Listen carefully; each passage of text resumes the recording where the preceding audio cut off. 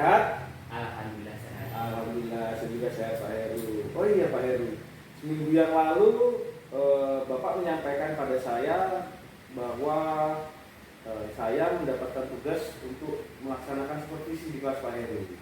Iya Pak. Untuk supervisi akademik ini ada 3 tahapan ya Pak Heru yang perlu saya jelaskan terlebih dahulu yang akan kita lalui.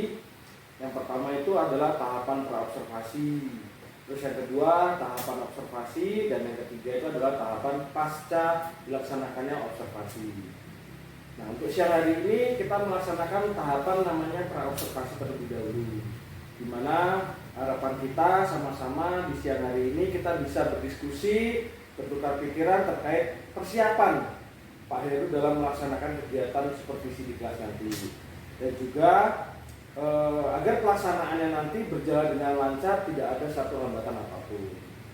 Selain itu, untuk meningkatkan kemampuan Pak Heru juga dalam akademiknya, pengetahuan, serta nanti pengalaman Pak Heru pada proses pembelajaran. Nah, kalau boleh saya tahu nih, apa harapan Pak Heru pada pertemuan siang hari ini di kegiatan kita di praobservasi? Terima kasih. Alhamdulillah dengan kegiatan praobservasi ini saya sangat senang Pak. Ya, bisa bekerja sama dengan baik, juga. Saya juga senang untuk menjadi potensi saya, sama berkaitan dengan terutama berkaitan kelas. Dan saya juga ingin mengenai rencana pelaksanaan pembelajaran saya yang akan saya lakukan Pak. Baik Pak Heru, berarti tujuan kita siang ini bertemu ini kita berdiskusi terkait dengan persiapan dalam pelaksanaan supervisi nantinya. Selain itu juga, kalau boleh tahu nih, kira-kira Pak Heru besok ini mau menyampaikan materi tentang apa di pembelajarannya? Baik Pak, kalau kebetulan di minggu ini Pak, sudah besok itu rencana saya memberikan berdua berkaitan dengan materi pengamalan Pancasila untuk kebahagiaan bersama. Jadi nanti kami akan belajar tentang pengamalan Pancasila bersama dengan murid. Nah, terkait dengan materi pengamalan Pancasila oleh murid ini tentunya ada tujuan pembelajaran yang ingin dicapai, terutama oleh Pak Heru dan juga untuk muridnya. Kira-kira apa yang menjadi tujuan pembelajaran Pak Heru? Ya, yang pertama nanti murid akan saya berikan bacaan Pak, pertama nanti berliterasi buku praktek yang ada yang di sekolah, dan nanti akan saya lakukan dulu untuk itu berkaitan dengan IT, kan biar anak tuh minimal melek teknologi, kan. Terus yang berikutnya nanti dengan begitu nanti proses pembelajaran terjadi dengan pengamalan Pancasilanya oleh murid, dan mereka juga akan melakukan suatu pengamatan dan pengalaman dia murid itu sendiri gitu Pak. Dan saya menjawab pertanyaan-pertanyaan mengenai pengamalan Pancasila beserta kepada siswa. Baik sekali, luar biasa sekali ini Pak Heru. Lalu pada tujuan pembelajaran ini Pak Heru, apa yang kira-kira akan dikembangkan? Baik Pak, untuk pengembangannya apa yang akan dikembangkan mungkin ya seperti tadi saya tidak perlu mengembangkan Bapak tujuan pembelajaran saya yang pertama itu kan membaca, berliterasi Pak. Di sini saya juga ingin meningkatkan literasi murid, terutama kelas 6. Jadi jangan membaca, mereka mampu memahami bacaan tersebut, isi bacaan. Ini isi bacaan itu apa sih?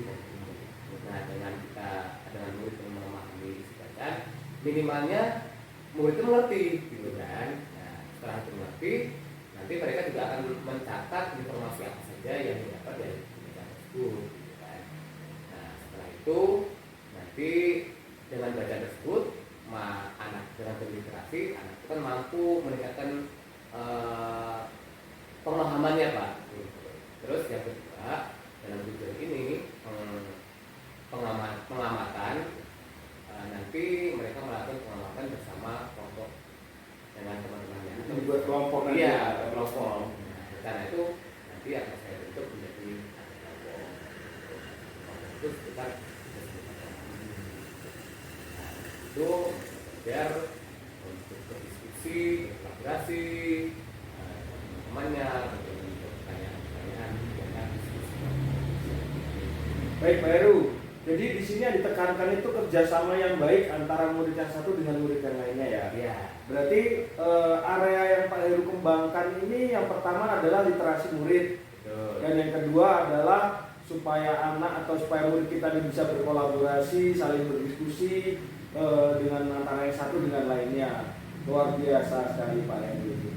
Lalu kalau boleh saya tahu Pak, kira-kira apa sih yang sudah dipersiapkan nih dalam kegiatan supervisi nantinya atau kegiatan observasi di kelas kita nantinya? Yang pasti Pak, yang pertama itu kan kalau kita sebagai guru itu kan senjatanya kan RPP. Iya betul itu Pak Heru. Dan itu kalau sekarang kan namanya juga. Iya betul. Terus selain RPP atau jurnal yang berdiferensiasi gitu kan, juga saya juga mencantumkan yaitu seperti KSE, budaya positifnya, ya seperti bimbingan kemarin juga berpartisipasi begitu kan. Ya, terus saya juga selain RPP juga ada buku pembelajarannya, kan? LHPD, terus juga saya juga menyampaikan slide sebagai presentasi saya kepada siswa.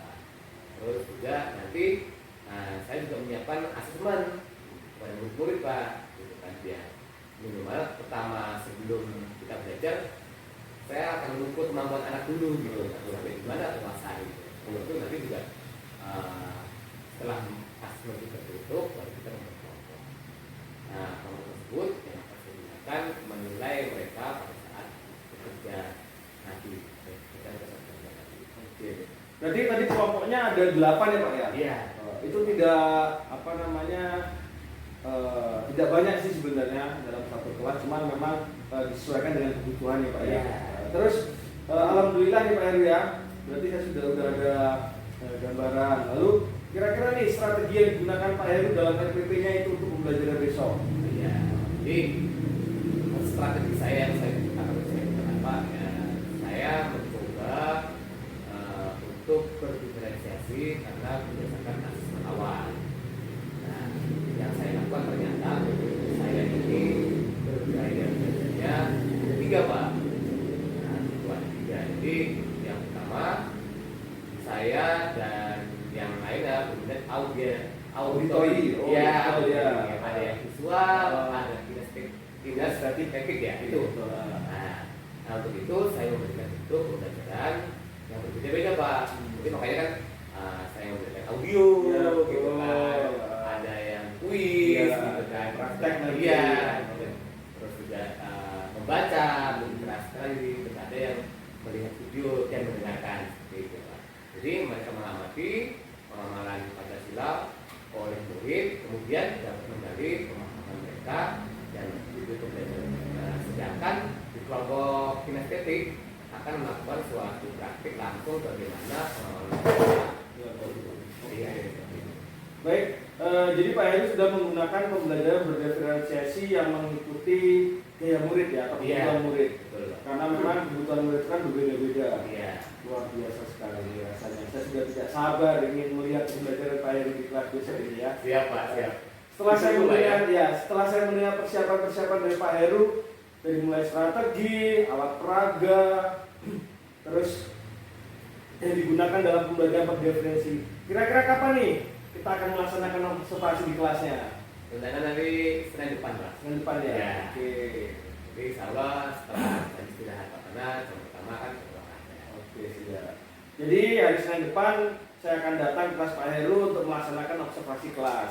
Saya akan melihat hal apa saja yang terjadi dalam kelas Pak Heru. Kemudian setelah itu kita Pak Heru akan melaksanakan proses pembelajaran. Kembali saya melaksanakan observasi dan dalam proses pembelajaran itu akan ada percakapan kembali atau setelah pelaksanaan observasi itu namanya pasca observasi. Iya Pak. Yang nanti akan didampingi oleh pengajar praktik kita Bapak Adrian. Lalu sebelum kita akhiri nih, kira-kira apa yang Pak Heru dapatkan dari hasil diskusi atau percakapan kita pada siang hari ini? Saya dengan percakapan kita hari ini, diskusi hari ini Pak, alhamdulillah saya banyak dapat gambaran untuk pembelajaran saya besok seperti siapkan gitu kan, terutama untuk kami, untuk saya dan murid saya gitu Pak. Baik, Tapi baik. mudah-mudahan besok bisa Optimal. maksimal. Baik, Pak Heru. Terima kasih atas waktunya dan sudah bersedia untuk berbincang-bincang dengan saya di kegiatan diskusi yang hari ini atau bisa dikatakan sebagai kegiatan observasi. Sampai bertemu kembali hari Senin di kegiatan observasi. Semoga lancar, tidak ada halangan satu apapun. Terima kasih Pak Heru. Sama-sama, Pak. Saya akhiri kegiatan kita Pak Heru ya. Selamat siang. Assalamualaikum warahmatullahi wabarakatuh. Waalaikumsalam. Sukses selalu untuk Siap. kita. Terima kasih untuk sekolah kita.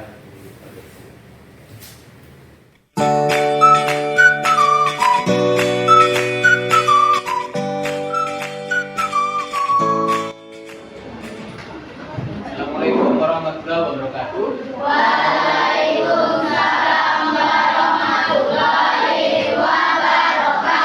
Anak-anak sehat semua? Sehat. Sudah belum? Silakan Rafa untuk memimpin doa.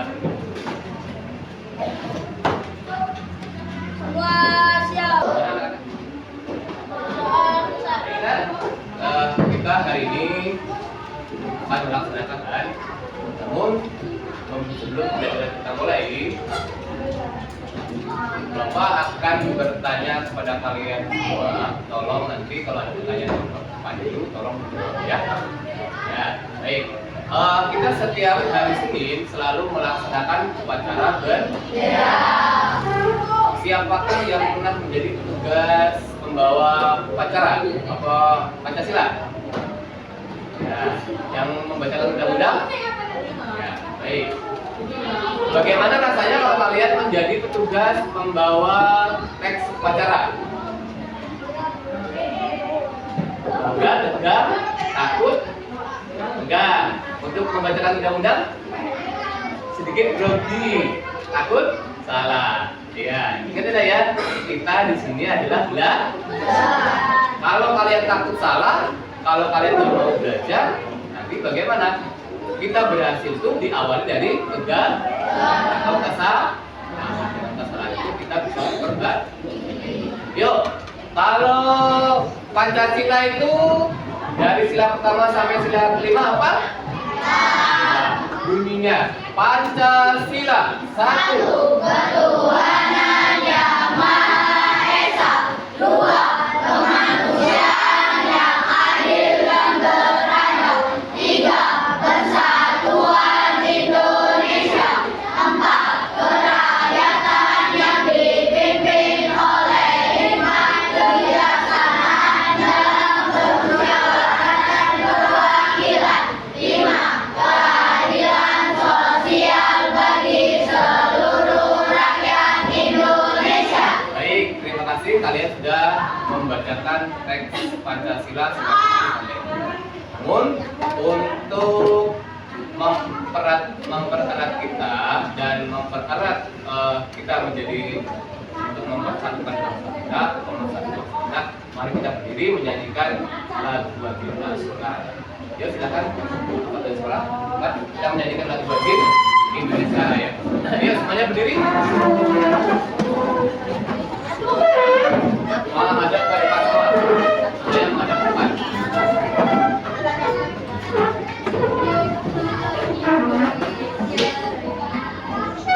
Indonesia tanah airku, tanah tumpah darahku.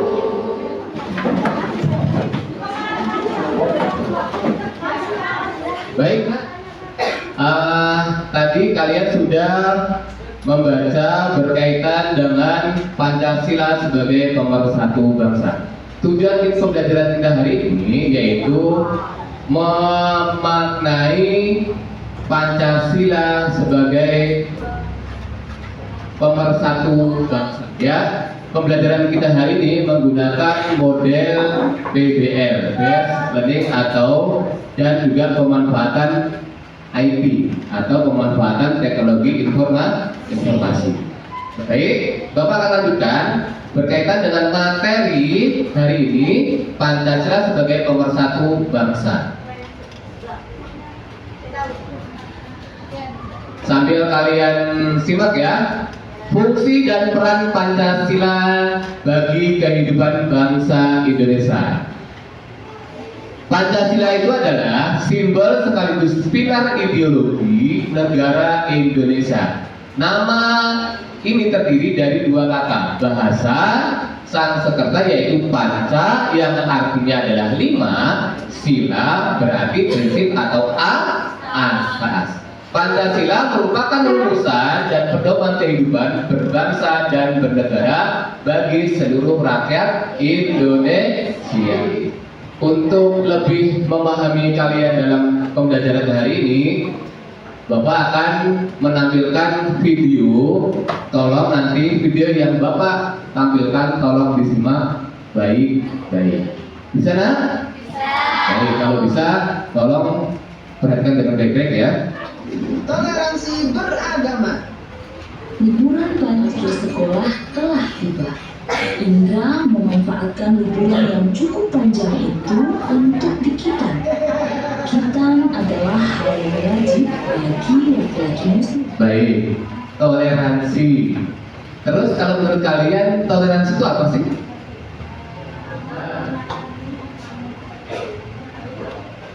Ayo, berani? Siapa yang berani? Toleransi itu apa?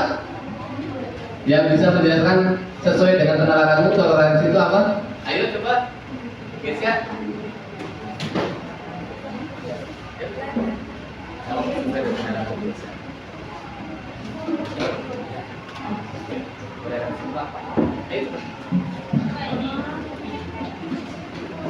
Toleransi itu apa nak? Menghormati, terus menghargai, terus apa lagi? Tidak membeda-bedakan. Nanti kita melanjutkan pembelajaran kita untuk mengisi tabel, yaitu tabel di halaman 38.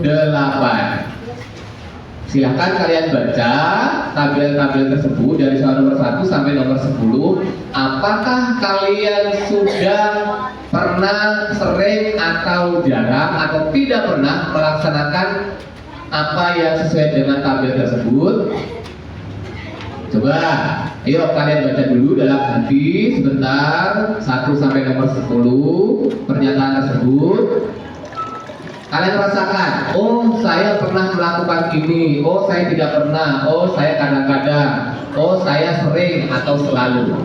Nanti pertanyaan ini akan Bapak tanyakan kepada kalian. Baik, coba Eri dari pernyataan nomor 1, berdoa sebelum melaksanakan kegiatan belajar. Apakah sering dilakukan Eri ya atau tidak? Dilakukan dengan kepada teman-teman semuanya?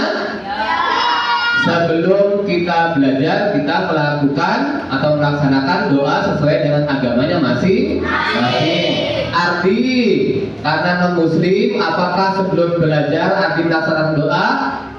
Iya.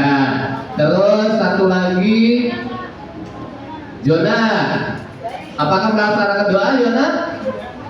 Iya, terima kasih. Baik, berikutnya. Yang berikutnya, Bapak minta tolong kepada Hani membantu teman atau tetangga yang berbeda agama yang sedang kerepotan. Pernahkah Hani melakukan itu? Pernah. Yakin? Dengan siapa? Baik, terima kasih kalian mulai laksanakan tugasnya secara berkelompok sesuai dengan kelompoknya masing-masing. Kalau sudah selesai, silakan dari kelompok 5. Ayo kelompok 5, silakan maju untuk menyampaikan kesimpulan apa dan pilihan tugas yang mana yang kalian buat. Ayo. Berita hoax dapat memecah persatuan bangsa. Cek kebenaran berita sebelum share ke teman kalian. Silakan 3, Pancasila Persatuan Indonesia. Berikan tentang terlebih dahulu. Apakah ada yang mau menanggapi? Ya, baik. Terima kasih. Kalau tidak ada, silakan duduk kembali. Ya, kita akan tampilkan kuis kelompok yang Bapak tunjuk. silakan maju ke depan untuk memilih salah satu dari 8 kotak ini. Nanti tugasnya adalah satu kelompok itu yang Bapak tunjuk untuk menjawab dari soal setiap kotak. Ya, baik, dimulai dari kelompok yang keempat. Silakan salah satu maju ke depan. Ayo berikan tepuk tangan dulu. Ya. Nama kelompok berapa? Pak, ada peserta. Nah, untuk kelompok 4 milih kotak nomor berapa? Nomor 6. Baik ya, siap ya. Pertanyaannya tentang apa ini? Kita buka bersama-sama. Ayo. 1, 2, 3. Iya. Ayo dibaca. Sekaligus dijawab. Dari gambar di atas merupakan contoh penerapan Pancasila sila keberapa? Ayo, ada slide berapa? 3, Pak. Sila ketiga, kelompok 4. Betul, sila ketiga? Yang lain bagaimana?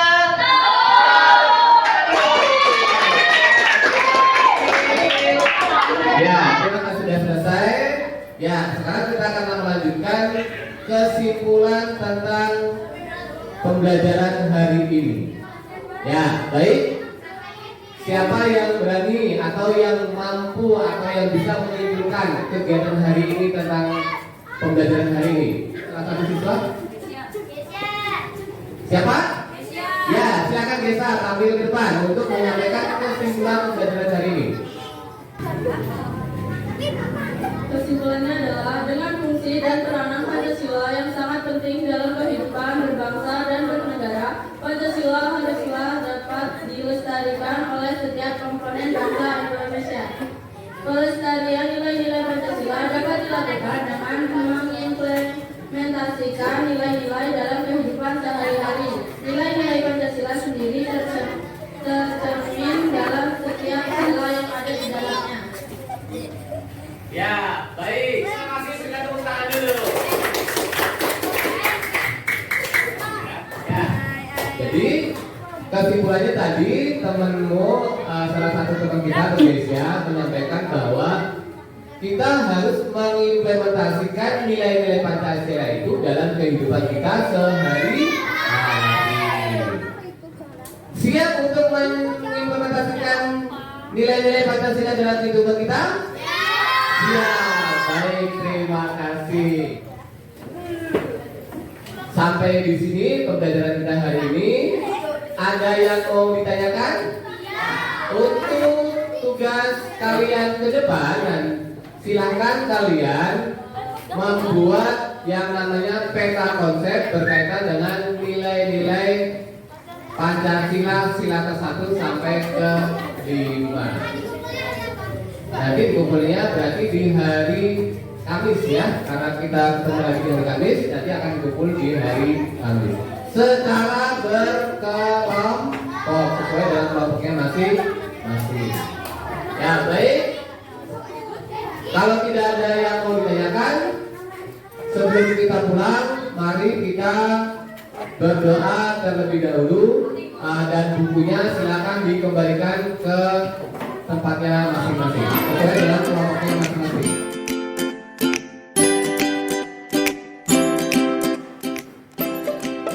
Assalamualaikum warahmatullahi wabarakatuh. Selamat siang semuanya. Saya Sidik Darmadi, calon guru penggerak angkatan 10 Kabupaten Tulang Bawang. Pada kesempatan ini saya akan mengambil video dokumentasi kegiatan pasca observasi. Pada kesempatan ini saya bertindak sebagai coach dan Pak Heru sebagai coaching.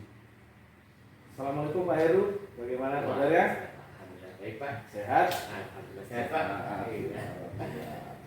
Baik Pak Heru, sudah kita kemarin observasi kelas dan kita akan mengadakan kegiatan pasca observasi. Jadi pasca observasi kali ini akan memberikan pertanyaan-pertanyaan pada Pak Heru terkait dengan jalannya observasi kemarin yang pembelajaran di kelas.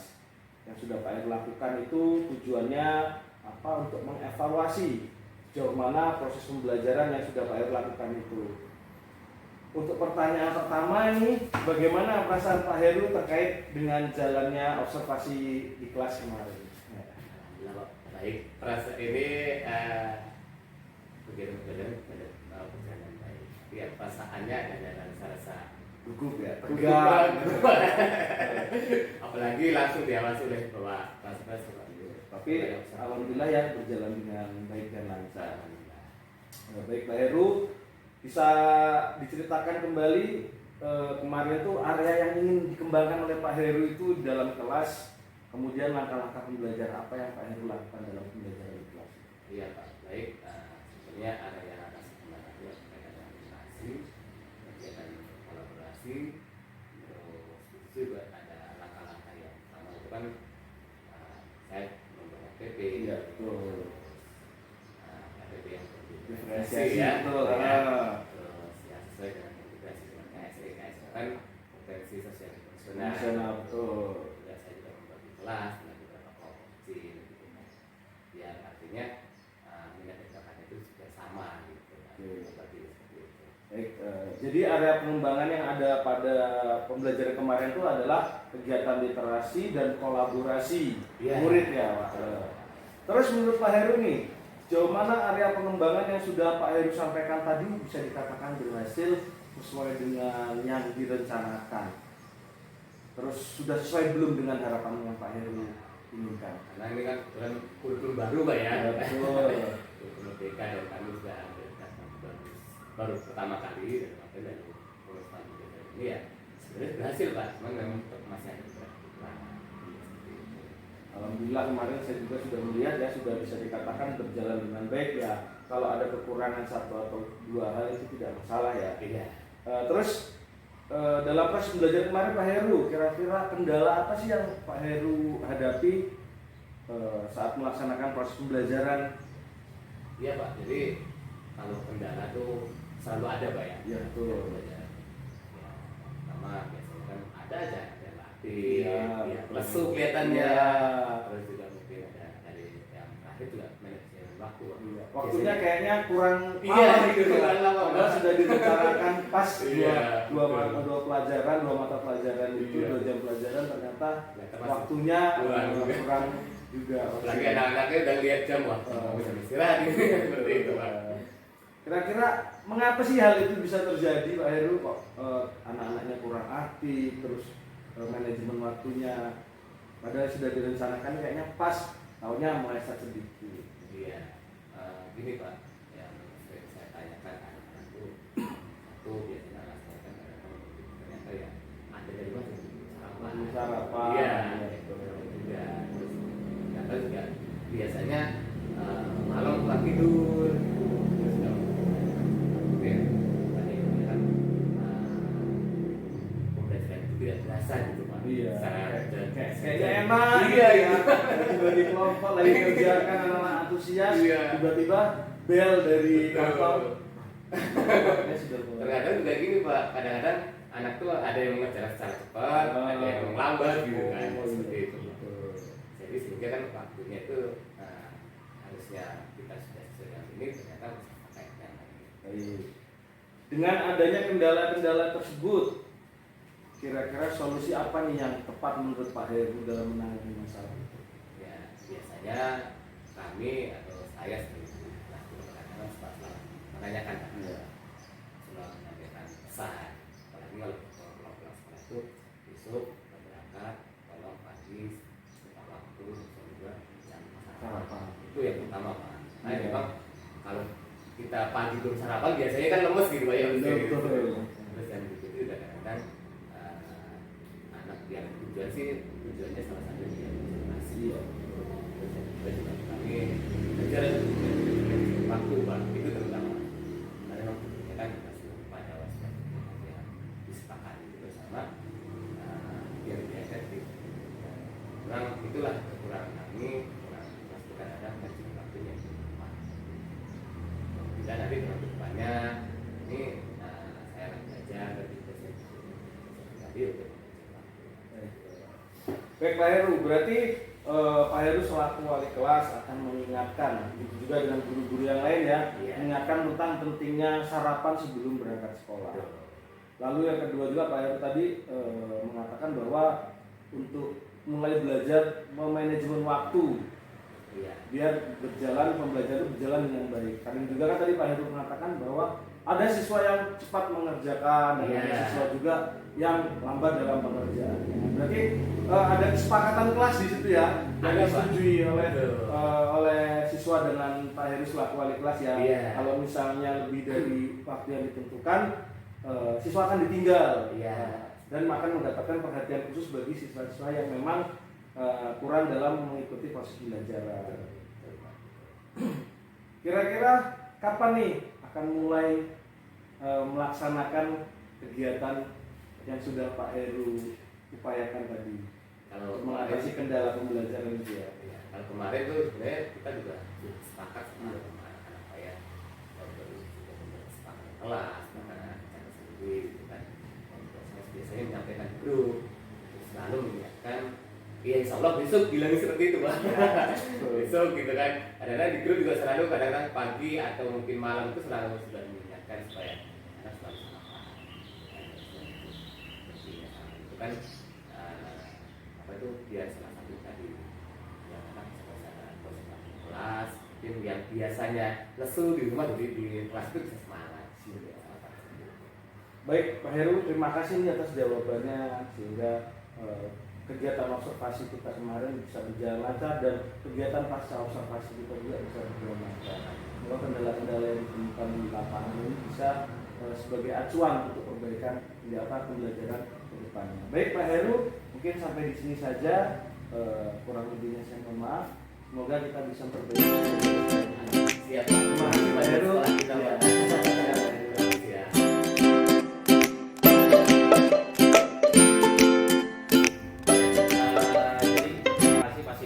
Tadi sudah melakukan kegiatan pasca observasi dengan teknik coaching. Bahwasannya hal-hal yang sudah disampaikan Pak Sidi berdasarkan hasil dari observasi yang telah dilakukan. Tapi mungkin kalau masalah coaching ini kayaknya nggak perlu diragukan lagi lah Pak Sidi kemampuannya, karena memang itu hari-hari yang dilakuin. Mungkin ada beberapa hal yang perlu diperbaiki itu. Jadi kita fokuskan cari dulu kata kuncinya yang kita ingin kita diskusikan. Misalkan tadi kan tentang manajemen waktu. Nah, manajemen waktu itu, dari manajemen waktu itu kita kembangin lagi permasalahannya lebih detail. Nah, baru kita cari solusi yang konkret. Misalkan tadi kan manajemen waktunya dengan cara kita kasih pengertian ataupun kasih pemberitahuan kepada orang tua. Misalkan harus mengatur waktu dan sebagainya, sebelum berangkat sekolah harus sudah sarapan dan sebagainya gitu kan. Nah, itu kan berarti kan solusi yang konkret gitu kan. Karena memang kadang kita susah menahan pribadi gitu kan. Susah karena posisinya kita sebagai coach itu hanya memfasilitasi ya. Bukan kita memberikan saran, memberikan masukan gitu kan. Nah, itu yang kadang susah untuk kita lakuin tuh, yaitu karena sebenarnya permasalahannya dari si coachingnya, solusinya pun dari si coachingnya. Kita cuma untuk ngebantu memfasilitasi biar permasalahan tersebut dapat solusinya gitu kan. Nah, selanjutnya di setiap permasalahan itu lebih baiknya kita refleksi kembali dan kita simpulkan bareng-bareng. Misalkan berarti permasalahan yang tadi Pak Heru sampaikan adalah ABC dan sebagainya. Solusinya apa ya Pak? Ini dan sebagainya kita refleksi lagi, kita rangkum lagi, kita simpulin bahwasannya inilah kesimpulan dari kegiatan pasca observasi kita. Lalu dari situ kita sepakati bahwasannya memang itu yang harus kita lakukan, tindak lanjut seperti apa. Jadi kan yang sudah kita obrolkan tadi itu dievaluasi kembali, diingatkan kembali lah bahwasannya apa yang kita lakukan. Sisanya sih luar biasa, nggak perlu diragukan lagi kompetensi dari coachingnya Pak Siti, yaitu mungkin penyempurnaannya aja ya. Ibaratnya dari hal-hal tersebut mungkin ada hal-hal kecil yang perlu diperbaiki, jadi biar jadi lebih sempurna lagi pelaksanaan. Terima kasih Pak Siti. Terima kasih Pak Adrian selaku pengajar praktik CGP Angkatan 10 Kabupaten Tulang Bawang. Terima kasih atas saran dan masukannya.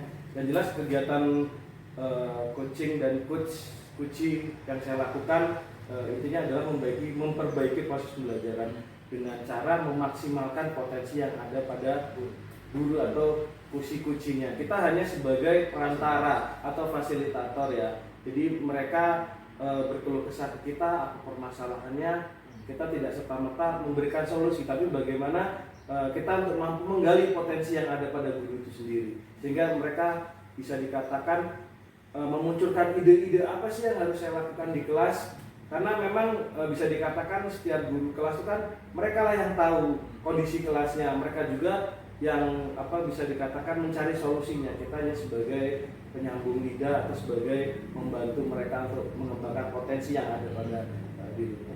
Yang jelas kegiatan yang saya lakukan dengan Pak Heru tadi bisa dikatakan sebagai salah satu cara atau langkah awal untuk memperbaiki proses pembelajaran yang ada di sekolah ini. Semoga kegiatan itu bisa dilakukan secara bertahap, walaupun bisa dikatakan karena hal yang baru ini tidak semudah kita membalikkan telapak tangan, harus ada prosesnya. Makanya di sini saya bisa dikatakan mengajak tim pengembang sekolah dulu yang untuk diajak praktek. Setelah itu baru kita mengajak ke guru-guru yang ada. Syukur-syukur dalam 1 tahun ini rapor mutu sekolah kita bisa meningkat. Mungkin itu saja dari saya tanggapannya.